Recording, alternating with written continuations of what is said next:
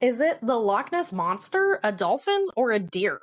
Could it be a kelpie, a beaked whale, or symbolic of an abstract concept? The Pictish Beast is surprisingly hard to quantify, considering that it makes up such a large percentage of all surviving Pictish depictions of animals. But is it an animal? Or could it be something stranger? Today, we explore the painted people and their most enduring mystery. Hey guys, I'm Liz, and welcome to episode 4 of Weird Art History. Cue the intro music. Just kidding, I don't have the budget for intro music. I can barely get more than 30 people to even watch these things, which is why I appreciate all of you lovely people so much. Not to beat a dead water horse, but if you like what you see so far, or you're an elusive returning viewer, could you like and subscribe if you haven't already? Anyway, enough of that. We now return you to your regularly scheduled broadcast. Is that joke even funny anymore? Before we crack into the Pictish Beast itself, it's important to understand who and where it came from. In the study of art, context is key, especially when it comes to mysterious peoples like the Picts. While their origin is uncertain, it's believed that they were descended from pre-Celtic Aboriginal people and likely spoke some variation of a Celtic language. They first entered the written historical record, as they kept no written record of their own, in 297 of the Common Era, when they were recorded by the Romans as having attacked Hadrian's Wall. For those unfamiliar, Hadrian's Wall was just a big defensive barrier erected by the Romans from coast to coast across northern Britain, but if you want to know more about that, you can probably throw a rock and hit a straight guy who thinks about the Roman Empire like 3 times a day or whatever. It's generally agreed upon by historians that their being referred to as Picts is likely derivative of the Latin word picti, most commonly translated to painted, and is probably indicative of the designs cited on the bodies of Picts by Roman commanders, thought now to be either body paint or tattoos. The Picts pretty much fought the Romans until they completely withdrew from Britain in the early 5th century, and by the 7th century, the Picts had united into a singular kingdom that we now refer to as Pictland, which made up most of northern Scotland. By this time, Christianity had already disseminated through the Pictish tribes, which in turn led to the creation of the intricate, stylized crosses that they are now known so well for. In 843 CE, the Picts merged with the Scots, united under a single king, and formed the Kingdom of Alba, which eventually became Scotland. But back to the crosses, right? Because that's what we're really here for. The Pictish stones, like the ones that depict the Pictish Beast. All across modern Scotland, with the majority of them concentrated in the Highlands, over 200 of these Pictish stones have been discovered, with some still standing in their original locations, as well as in museums. Though they haven't been fully decoded, the repetition of symbols is now generally understood to be some form of written record of names, maybe representing clan lineages, and possibly the origins of the Picts themselves. They could be records of important marriages, memorials to the dead, or even territorial markers. Animals featured heavily in the iconography of the stones until crosses became more prevalent and animals began to be relegated to hunting scenes, or, as in at least one instance, depictions of mythical beasts. So why then is the Pictish beast so strange? Well, every other animal is identifiable. Wolves, bears, boars, various birds, even fish are just a handful of the animals that appear on Pictish stones in representational styles. They're easily identified and easily placed, even when depicted in a simplified form. The beast stands alone in this regard, abstracted and unidentifiable. As such, many theories have sprung forth over the years.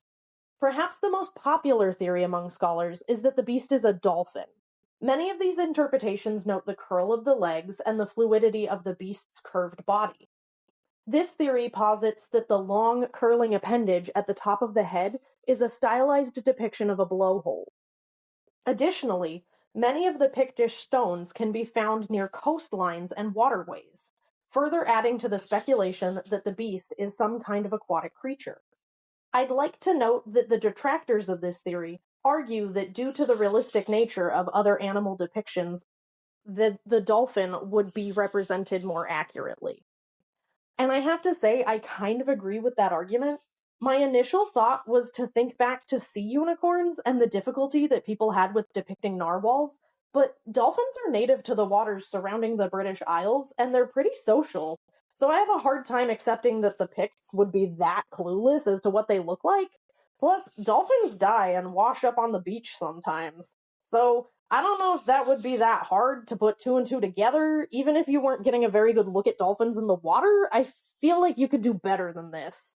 I will say in this theory's defense, though, that I've seen my fair share of gnarly beach carcasses, and maybe if something like washed up on the beach and wasn't found for a while, or had some other opportunity to get pretty decomposed, that maybe could have been interpreted into the Pictish Beast. Dolphin skulls are friggin' wild, bro. On that note, another prevailing theory is that the beast is a depiction of some sort of mythical beast that there wouldn't have been a physical reference for. Pretty typically, the mythical creature in question is a kelpie, a shape-shifting water spirit that inhabits deep rivers and streams and frequently takes the shape of a beautiful black horse that drags unsuspecting people into its watery home and devours them. Other magical creatures proposed are, and bear with me while I mangle these Gaelic pronunciations, the Yakushke and the Taravushke, which translates to water horse and water bull respectively, and are both names for what I think are the same water spirit that is also a shapeshifter, known to inhabit lochs that often takes the shape of a horse or a beautiful young man, and drags people stupid enough to fall for its tricks down to the bottom of a loch, where, you guessed it, it devours them. Lastly, sometimes the creature in question is Nessie. This is another one that I'm not as sold on. I mean, I can see it. None of these creatures have distinct forms since they're shapeshifters, and you maybe wouldn't want to depict them as just straight up horses since they're spirits. But I feel like there are enough stones with easily enough interpretable scenes that something like the Loch Ness Monster or a water spirit wouldn't be depicted in abstract, but rather in a more representative fashion. Maybe as a horse or a man, with plenty of context clues to convey the meaning. A lot of these stones are pretty complex, and literally, please correct me if I'm wrong, but I have a hard time seeing kelpies as being so important to the Picts that they're the most represented animal on all the surviving stones. These all kind of fit into the Pictish Beast is a cryptid category, and I'm not gonna lie, I love a cryptid, but I just don't think this theory holds water, pun fully intended. In 1963, British historian and archaeologist Charles Thomas declared the beast to be a deer. His argument hinged on two positions, the first being that the curves of the creature indicated that it was either preparing for or already in motion, as opposed to the interpretation that it was swimming. Though other historians posited that the head shape indicated that the creature was something more akin to a horse or the aforementioned dolphins, Thomas believed the creature's long face was reminiscent of a deer's, noting their symbolic importance to the Picts. This one lands the most flat to me. I don't see why it would be a deer, especially since there are other far more accurate representations of deer on Pictish stones. I guess if you combine this interpretation with the last one and try to interpret the beast as a sort of mythological or divine deer, maybe alongside one of the shape-shifting deer stories of Celtic mythology, I can see this as, like, a little more convincing. Maybe it could be representative of a psychopomp or something. Like it's, like a depiction of death, literally. I think there's a woman that's associated with the land of the dead that shapeshifts into a deer. But I have the same issue with this as I did with the water spirit theory. Like, if they were trying to depict a figure of a creature, I feel like they probably would have done it through placing them in a scene that gave context as to the purpose of the deer in the scene. I don't know. Or I guess maybe it could be abstracted so that it's interpreted as, like, an aspect of the deer, like it symbolizes strength or something that could maybe, like, then be a symbol that would be repeated a lot. But again, like, I just don't know why you wouldn't use literal imagery and, like, accompanying context. Which, that brings us to our last theory, the Dragonesque brooch. Dragonesque brooches were common in Roman Britain, though they're often regarded as having roots in Celtic culture and interpreted as an expression of Celtic aesthetic by the Romans.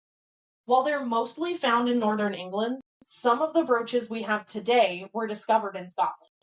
These brooches, as fine pieces of metalwork, would have been owned by only the most powerful as status symbols.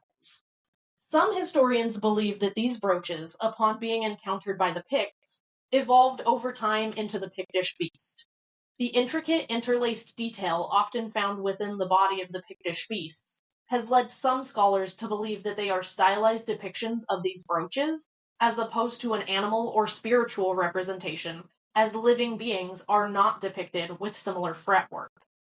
This is the theory I personally think makes the most sense. When you see the crosses that crop up in later Pictish stones, they're always full of these, Celtic knot patterns, and I think that's a pretty solid indication that the Pictish Beast is some kind of similar iconography. Okay, so hear me out. If you combine this theory and the stuff I said way back at the beginning about the theory that the Pictish stones were used as marriage records, monuments to the dead, and territorial markers, I think you start to get an idea of what the Pictish Beast is and why it shows up so much. If it was a denotation of status instead of an animal, wouldn't that make more sense? Random Bob from down the road is not gonna get a big friggin' stone carved for him. The only people who are gonna get that kind of stuff are important people. So if the stones have anything to do with clans or names or whatever, maybe the beast is a Dragonesque brooch that became a standalone symbol for a certain family. Or a clan or something. Some kind of heraldry for a certain group of people. Or maybe it was some sort of honorific to denote the head of a clan or an owner of a vast swath of land. I don't know if they had landowners. I didn't think that hard into the Picts. Anyway, that's where I've landed on the whole thing. I think the beast is a way to signify someone or something as significant via a stylized depiction of a Dragonesque brooch. Be it a really messed up dolphin, a water spirit, or a stylized brooch, no one can say for sure just what the Pictish Beast is. You'll have to decide for yourself, I guess, since I don't think we'll be getting any answers from one of Europe's most mysterious peoples anytime soon. That's what's fun about it though, right? There's so many possibilities, and as long as we don't know, they're all open to us. So, which theory do you agree with? Or do you have one all your own? Take some time to think about it and get back to me. While you do, I'd like to thank everyone so much for watching. I hope you learned a new fact that you can scream at everyone in the pool when you crash your landlord's next barbecue. If you liked this video, please like and subscribe. And if you're the last of the Picts who got frozen in a big block of ice that was recently thawed by global warming and now you've been forced to learn English and adapt to the modern world, do not tell me what the Pictish Beast is. But do tell me if the images on your skin that the Romans described were body paint or tattoos. I really want to know. It's honestly wild to me that that's still a mystery out of all of it. Alright, was that enough time? Good. Let me know what you think the Pictish Beast is in the comments. I hope I'll see you here next Saturday for the next episode of Weird Art History. Later, nerds!